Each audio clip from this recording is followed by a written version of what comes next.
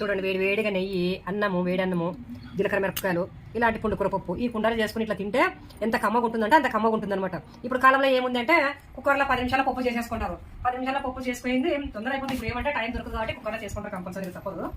ఏమంటే ఎప్పుడైనా టైం దొరికినప్పుడు అంతా ఆ పప్పు ఇట్లా కుండలో చేసుకుని ఇట్లా తింటుంటే టేస్ట్ పాతకాలం టేస్ట్ కూడా మనకి బాగా అనిపిస్తుంది అనమాట. పాత మెమోరీస్ అన్ని అప్పుడు ఇలా చేసుకుని తింటుంటాం కదా అనేది ఒక మంచికి జ్ఞాపకాలన్నీ వస్తుంది అనమాట.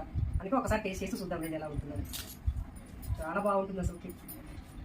దీంట్లోకి అయితే ఈ పుండుకూర పప్పుకి జీలకర్ర మిరపకాయలకి అయితే కొరన్నం కూడా బాగుంటుంది అనమాట. కొరన్నం కూడా చేసుకుంటాం మా పప్పు కావాలన్నప్పుడు. ఇంకా ఇలాంటి ఇప్పుడు మిరపకాయలు వేసినాం కదా, ఇట్లా బట్టి మిరపకాయలు, ఈ మిరపకాయలు కూడా ఇలా పెట్టుకొని తింటే. కాబట్టి మా వీడియో మీకు నచ్చినట్లయితే లైక్ చేయండి, షేర్ చేయండి, సబ్స్క్రైబ్ చేసుకోండి.